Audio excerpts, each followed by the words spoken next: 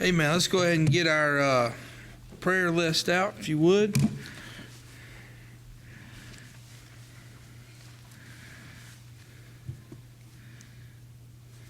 Go ahead and get your prayer bulletin out.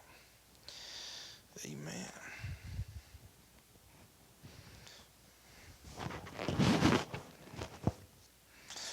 All right, if you would, on your list over there, if you would add Brother Les and Miss Trish Owens. We went by there yesterday, and both of them are very sick with COVID. So me and Brother Todd went by to visit them, and when we were pulling in the driveway, we met Brother Les outside, and he told us that they were pretty sick. So y'all put them on your list. Obviously, that's one of the last things he needs with his heart condition. So y'all pray for that. Also, continue to pray for the storms. I know Brother Bob's having a lot of issues, but also Miss Dorothy's having some issues with arthritis real bad in her neck. She said she was in a lot of pain. So let's pray for them. And who did y'all mention today that had COVID as well? Tracy and Myra Carson also sick with COVID. Do remember the McCoy family. Brother David McCoy passed away. So let's remember that family as they're dealing with that loss there. And Miss Trish and Brother Les's daughter did get to go home. She's okay for now. They didn't have to take the baby. So they're still waiting. They're going to hold off with that. So she's doing better. She got to go home. So you can keep praying for her until the end of this pregnancy, that the Lord would be with her there. As far as I know, Brother Lee and Miss Mary Snodgrass are fine. I'm pretty sure, last I heard, they made it through the COVID okay, and they're doing a lot better. Okay. Let's continue to pray for Brother John Hurd as he's going into the jails. They're giving him a little trouble down there, so y'all pray for him as he tries to go in and out of the jails and preach down there. Me and Kelly were finally pre-approved for to buy a house, so y'all pray for us as we're looking. We rode around all afternoon, and it's a miserable task. Amen. But we did ride around and look. We found a few prospects maybe that were within 20 minutes from here, which is a lot closer than an hour. So y'all pray for us as we are looking. One of the houses was only about 15 minutes from here. So y'all pray that one of those would pan out, and if it's the Lord's will. So y'all help us pray there. Had a lot of visitors Sunday. A lot of good crowd Sunday morning. A lot of folks came back Sunday night, and some of the men had a good turnout Monday night. Had a real good men's fellowship Monday night. Had a good time. I got to share my heart with those guys, and we really had a good time. And I pray that the Lord would use that to help us moving forward. Does anybody have anything else other than our usual prayer requests? Just remember to pray the bus ministry as we're getting it going again. Our children's ministry upstairs, Kidsville, Sunday school classes. Our couples class is going really good. We've had a good turnout to it each week. So y'all just pray for it. Anybody have anything else you want to add? Ms. Kayla.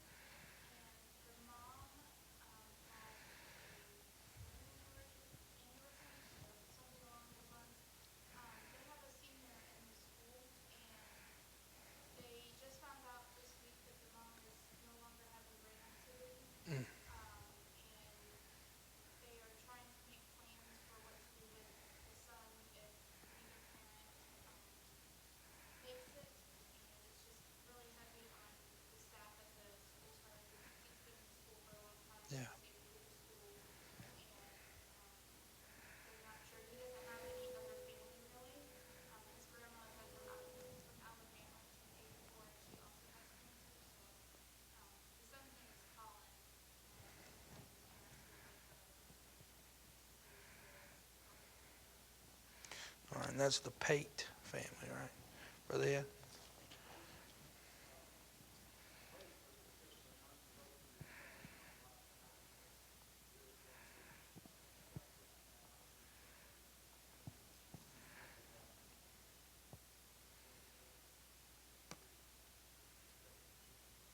Yes, sir.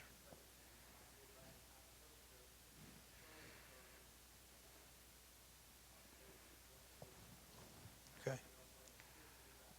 Amen. Amen.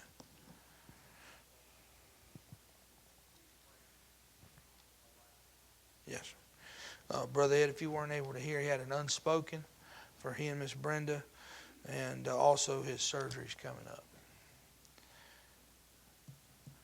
Anybody? Brother Chris?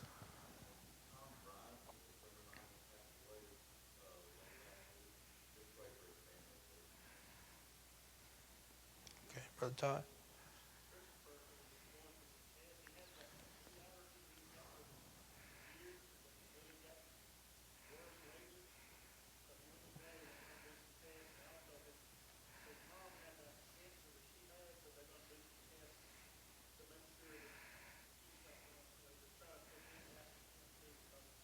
Yeah. Gotcha. Yes, sir. Let's pray for Christopher Martin. He's going to be dealing with some tests coming up. Anybody have anything else? Miss Vicki?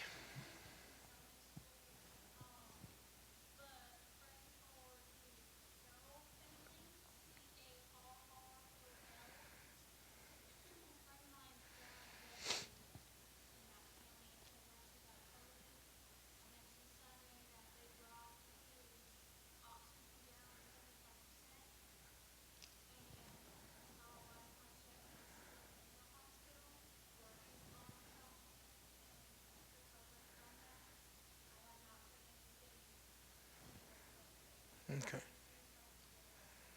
Okay. That's the Carroll family. All right. Yeah.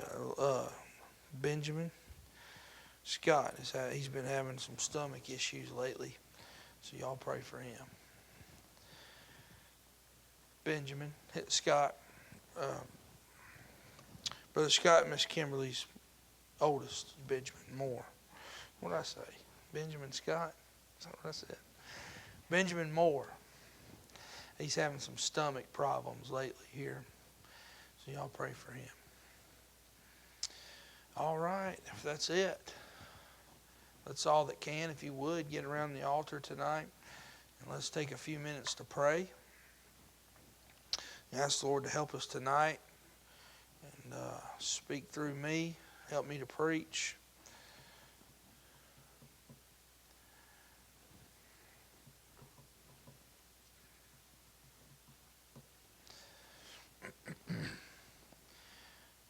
We'll have Brother Ed lead us tonight in prayer if he would.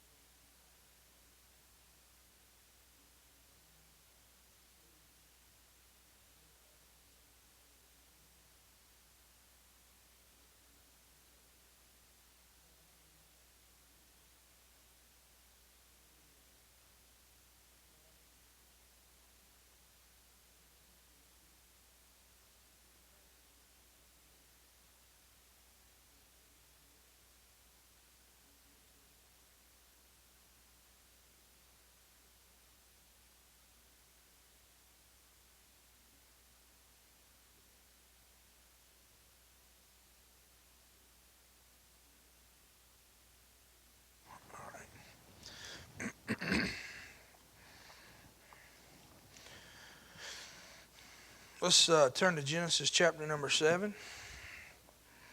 Genesis chapter 7.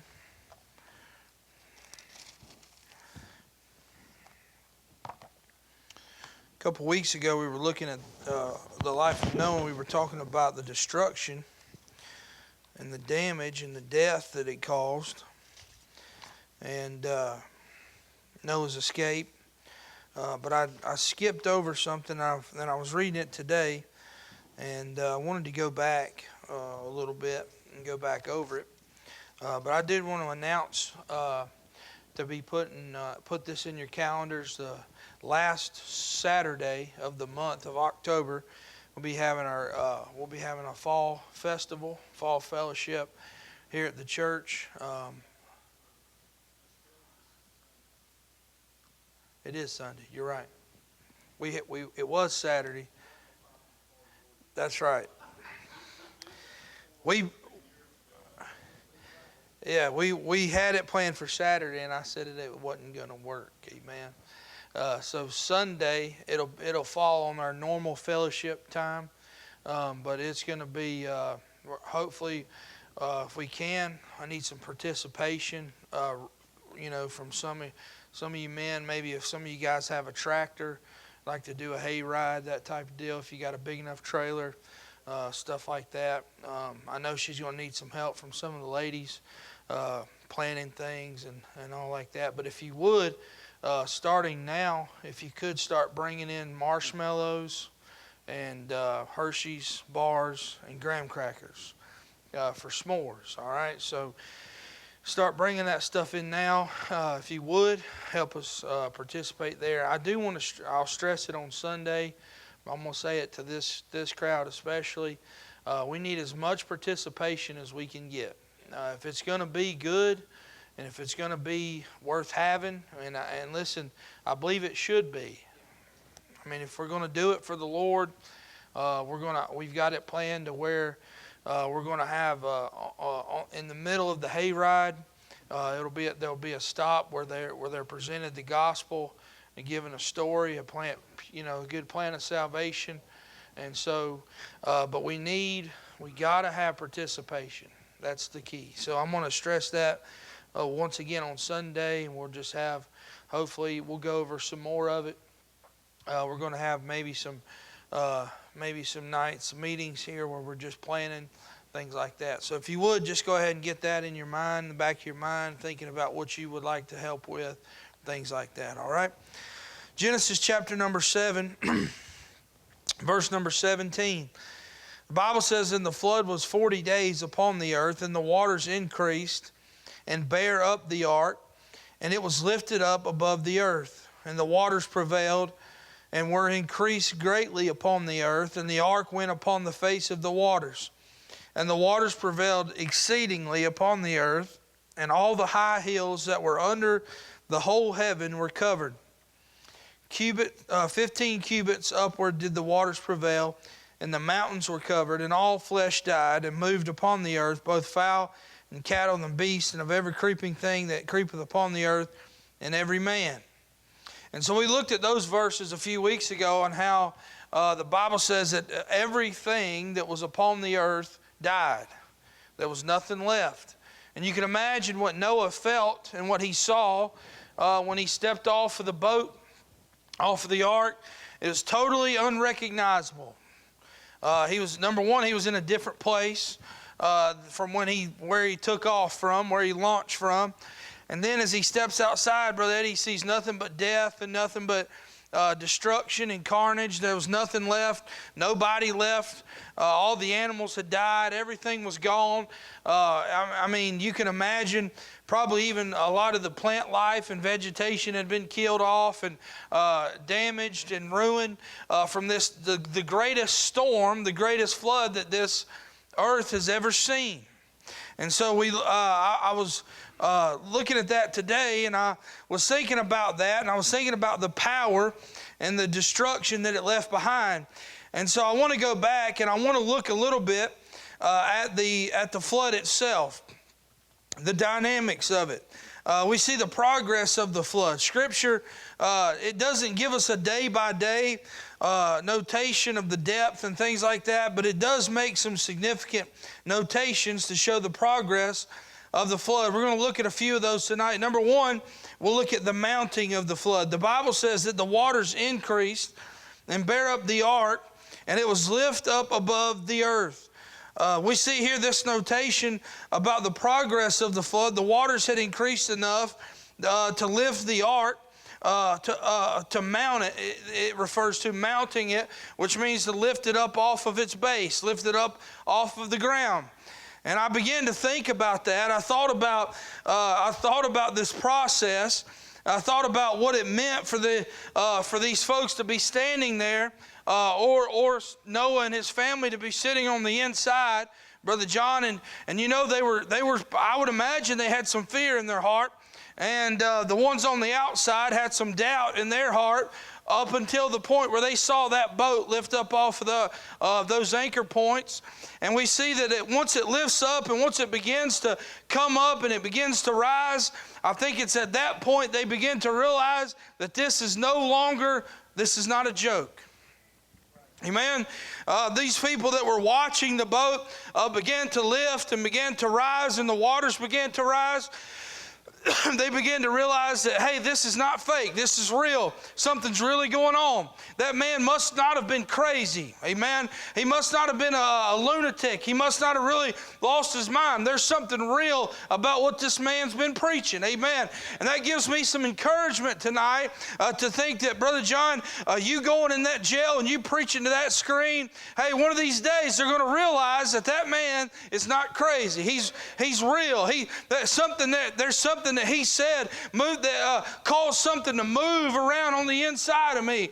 Amen. On August the 27th, I understood and I realized in 2006 as a 16-year-old boy, that preacher was up preaching, and I realized, hey, there's something real about what he's talking about. There's something real, and it began to move on the inside of me just like that ark began to move. We see that it begins to mount up and rise up. It had to be a traumatic moment for both those inside and outside. The sudden mounting of the ark of the waters would be felt with elation by those inside, for this meant the ark would float. But for the perishing, the lifting of the ark only removed any hope of escape. Farther and farther. Brother Keith, as they were sitting there by this time, probably floating in the water, trying to swim, trying to just make it, trying to hold on to a tree limb, trying to hold on to the top of a house maybe, trying to hold on to any little bit of debris that they could find floating around. And as they watched that ark begin to rise up and get higher and higher and higher, they began to realize, well, this is it. This is the end. And the fact of the matter is, and it all goes back to this, Noah found grace. Noah found grace. Could you imagine, Brother John heard the rejoicing that they felt on the inside of that ark? As they felt, God saw us through. Amen. He was faithful. He did exactly what He said He would do. He showed us how to build the ark. He told us how to build the ark. He told us exactly what to do. Hey, and it's working. Praise the Lord. Hey, it works. It's not broken. He didn't lie to us. He didn't let us down. Here we are in the middle of this storm, in the middle of this flood, and we're floating. Amen. I'm thankful tonight that if we just stay with the stuff, we're going to realize one of these days, hey, it works. Hey, man, listen, when we come in here Sunday after Sunday after Sunday, and we preach it and we teach it and we tell it and we proclaim the gospel and we do all that we can and we invite and we bring them in, and then all of a sudden, hey, one of them walks down the aisle and gives their heart and their life to Christ, and their life begins to change, and you realize, hey, this thing really does still work. Amen. I'll be honest, it gets discouraging sometimes. Noah, I'm sure, was discouraged. I mean, he's sitting there, the boat's done, the food's in there, the animals are in there, and he's just waiting. The Bible says he waited 7 days. I bet you by about day 6, the morning of day 7, he's thinking, man, is this going to happen or not? Amen. And I'm sure, I don't know, ladies, I'm sure his wife was saying, no, all right, Noah. Now, you said that the Lord spoke to you. Amen. But then as that water began to lift that boat, they began to realize, hey, God's faithful. Amen. Not only do we see the mounting, but we see the moving. The waters increased greatly upon the earth. The waters had increased enough only to lift the ark from the ground, but also to move it from the waters. The ark was not designed. Listen, the ark was not designed to be propelled. It was not designed to be steered. It was only designed to be moved around by the currents of the flood when the waters became deep enough. I'm about to shout. Listen, that boat was built to be controlled. Hey, it was only controlled and built to be moved when the waters were deep enough. When the storms were at its worst, listen, whenever it was the darkest point, whenever it's the deepest point, whenever there was nowhere else to turn, nowhere else to go, that's when God began to move. Amen. That was designed to be moved by God, the Holy Spirit. Hey, when it was the worst point in the storm, that's what He does with us. A lot of times we can't be dealt with, and we can't be worked on, and we can't be told what to do until it's the darkest part of our life. Until we're in the most broken part of our life. Listen, whenever we feel like we're being tossed, how many of y'all have heard that term? We're being tossed to and fro. Listen, Noah was really being tossed to and fro. Amen? Listen, he's up, he's down. And listen, I'm going to get into it here in a second. These weren't little baby waves. Amen? I'm talking about the boat was rocking, friend. And that's when God was moving and taking him to exactly where he needed to be. So we see that. We see the mounting. We see the moving. Let's look here at the measurement, or the mountains, I'm sorry. All the high hills that were under the whole heaven were covered. The mountains were covered. The rising of the waters did not stop until all the mountains were covered with water. If Noah could see the flood waters from the ark, he would see nothing but water everywhere. So what's that got to do with me? Noah didn't have anywhere. He didn't have a safety net. Amen. Noah couldn't say, hey, we're good, but hey, if we'll stay around this mountain right here, I can go ahead and anchor off. We'll be okay. No, sir. There was no control. His hands were off the wheel. Why? Because they didn't have a wheel. There was no way for Noah to get involved in the moving or the stopping or the steering of this boat. It was all in God's hands. Amen. Listen, I'm getting excited again. Listen, there was nothing else. There was nowhere else for nothing else for Noah to do but just put his faith and his trust in God. And he's thinking, man, I hope I built this thing right. Amen. I hope I didn't miss a spot when I was putting that pitch on the inside and the outside of this thing. His faith and trust was totally in God. And let me just ask you this. When the storms come up in your life and the waters are rising and the storms are coming, the lightning's flashing, the thunder's rolling, how are you letting Him control it? How are you responding? Are you trying to grab the wheel? Are you trying to grab a hold and control of the whole situation? Listen, there was nothing that Noah could do. Either he could bail out and take his chances outside or just ride it out. Amen. Fourthly, we see the measurement. 15 cubits upwards, the waters did prevail. This is the only measurement of the flood given in Scripture. 15 cubits referred to the distance above the highest mountain, which the water had reached at its greatest height. This height suggests that the draft of the ark was approximately 15 cubits. To cover the mountains, the water had to reach a total depth of over 3 miles, as we noted earlier. So this demands a worldwide flood. Noah's whole entire world was underwater.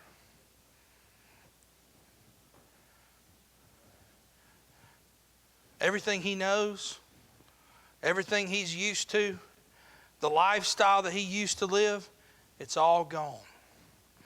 Underwater, destroyed, never to be the same. And you got to think about this. I'm sure that Noah had friends. I'm sure he knew people. They were gone. Other family members, distant family members, gone, destroyed. And he was at the full trust and faith in the Lord Jesus Christ and God. Amen. And that's exactly where we need to be. When we feel like our world's gone, we feel like everything's torn apart, and we can't even recognize the life that we're living now. We used to be doing this, and we used to be doing that. Man, it used to be this way, it used to be that way. And now you look at your life, and you can't even recognize what it looks like because everything is gone, everything's destroyed. Hey, just keep your faith and trust in Him. Amen, because that's all that's going to matter. Because one day, eventually, all of a sudden, you're going to bump up on some dry land, and He's going to fix everything just like He had it before. We see the mountains, we see the measurement. Well, let's look at the might of the flood. The power of the flood was tremendous. 4 times in the account of the flood in the text here, he uses the words prevailed or prevail. This word is used to describe the character of the flood. The fundamental meaning of the word is to be strong. In its usage in the biblical text, the word indicates that the flood was only powerful in duration. It was not only powerful in duration, the word is used to indicate that the flood waters continued a long time. So they were powerful and they were long-lasting. This storm was not just a little bitty storm. It wasn't a little bitty raise of the waters. It was powerful. Also, especially in destruction. The destruction part was not surprising for even small local floods. We've seen them. You've seen floods come up. They destroy things. They destroy homes. You look at Hurricane Katrina, destroyed homes, destroyed whole cities. The Bible says that the breaking up of the fountains of the deep alone would cause great destruction. Not to mention the rain and the other things. Such eruptions from subterranean sources must have caused a rush of water upon the earth comparable to the highest tidal wave. Such waves in magnitude, I mean, just the power of these waves alone, just so destructive. Tsunamis, listen, tsunamis are caused by submarine earthquakes, volcanic eruptions, or slides. They have been known to attain velocities of 400 or more miles per hour and heights of 130 feet. And they travel extraordinary distances. And this biblical flood was the definition of a tsunami. I mean, so he's sitting there, the rain begins to fall, and he hears just these massive, enormous amounts of water just destroying everything in its path. And I'm not talking about just homes, folks. I'm talking about moving mountains, eroding them down to nothing, destroying everything. On all accounts, Noah should have been a dead man. His family should have been dead. But Noah found grace in the eyes of the Lord. Why? Because he was a righteous man. He did the best that he could to follow God. And let me just say this. Spiritually speaking, we're getting hit with tsunamis from the devil. He's trying his best to destroy families and homes, marriages, children's minds. There's so much suicide and murder and destruction. One of my friends this week was murdered, 35 years old. Murdered. He's a preacher. Murdered by his own wife. Destruction. Destruction. You see some of these things that these kids are watching on Facebook and TikTok and Snapchat. It's a tsunami in their mind. Destroying their mind. What do we got to do? We got to live like Noah. You say, I can't. I'm not good enough. Me either. But we got to try. We can't just quit, throw in the towel. You hear them kids singing, Jesus is the rock. You want them to keep singing, Jesus is the rock? We had how many upstairs, Brother Eddie? 25? You want them to keep hearing the gospel and Jesus is the rock and hearing the gospel preached to them and them coming in here and feeling safe and games and prizes and hearing and the Bible preached to them? Getting fed breakfast. Who knows if they've even eaten all weekend? You want that to keep happening? What do we got to do? Hey, we got to live like Noah. Keep pushing. Keep building. Keep doing the best that we can. Because it matters. You think, well, it don't matter. It matters. You think, what does it matter if I'm not here on a Sunday morning? It matters. Yes, it matters. Why? Because these kids see if you're here, if you're not. Where's Brother so-and-so? How come they ain't been to church in a while? Amen. It matters. Amen. Let's pray. Heavenly Father, we love you tonight. I thank you for this story that we've been studying in the life of Noah. Thank you for what it does for my heart, the conviction that it brings. Lord, I pray, God, that you'd help me to just do the best that we can to live right and to do right and to stand firm on what we believe. And Lord, I pray, God, that you'd help us to just follow you the best that we can. Lord, we sure do love you, and we thank you. We praise you for your many blessings on us. Thank you for loving us. Thank you for dying on the cross for our sins. Thank you for showing us grace and giving us mercy, Lord. I pray, God, that you'd be with us, Lord, as we depart and bring us back again safe. Lord, I pray, God, that on Sunday, Lord, that we'd have a good day. I pray, God, that you'd fill this place up. Lord, I pray, God, that you'd save souls and change lives. Lord, I pray, God, that you'd fill that bus up. God, I pray, God, that you'd fill Kidsville up, Lord. I pray, God, that you'd touch those kids, those bus kids. Lord, I pray, God, that you'd change their life. Lord, I pray, God, that they would find a safe place here at Grace Baptist Church where they feel loved and appreciated. And Lord, we sure do love you, and we thank you for your many blessings on us. In Jesus' name, amen.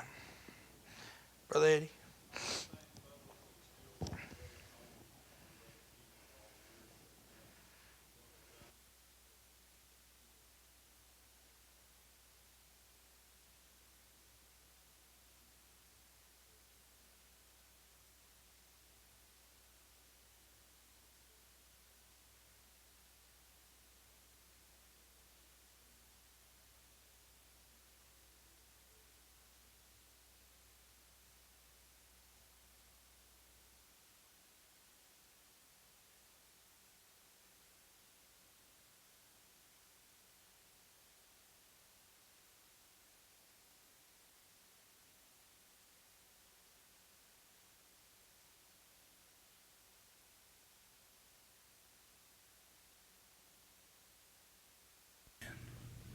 Anybody have anything else, Brother Ed?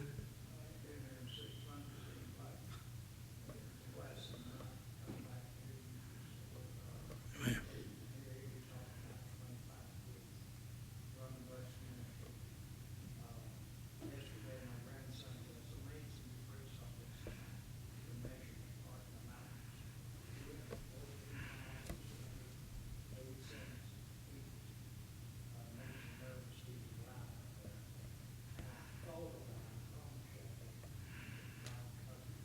Yeah.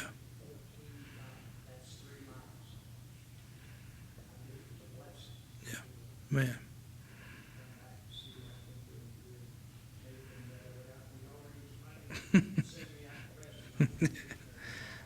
Amen. Send Brother Ed to start a church out there. Amen. Brother Tony? Yes. Tomorrow night? Yeah.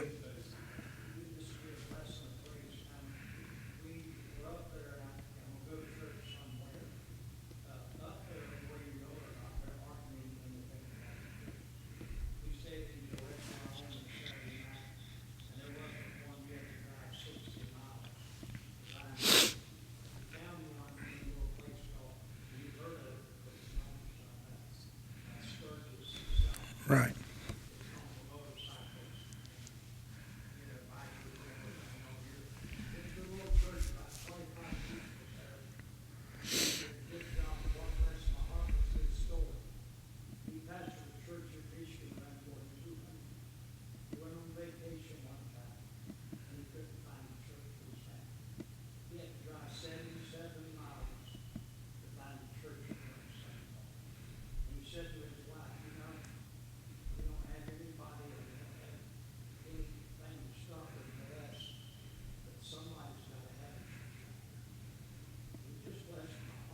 Yeah.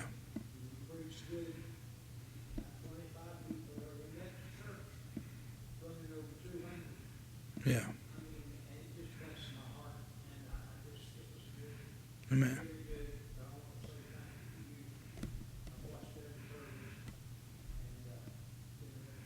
Amen. Amen. Amen. Let's don't forget tomorrow night, if you can, prayer meeting at 6:30 here. That's for those that can't make it to the Wednesday afternoon prayer meeting, or if you'd still like to come. I'm sure these guys would appreciate it. Brother Tony, Brother Scott, they hold a prayer meeting here tomorrow night on every Thursday, 6:30. Okay, if you can be a part of that, please do. And we'll see y'all Sunday. Amen.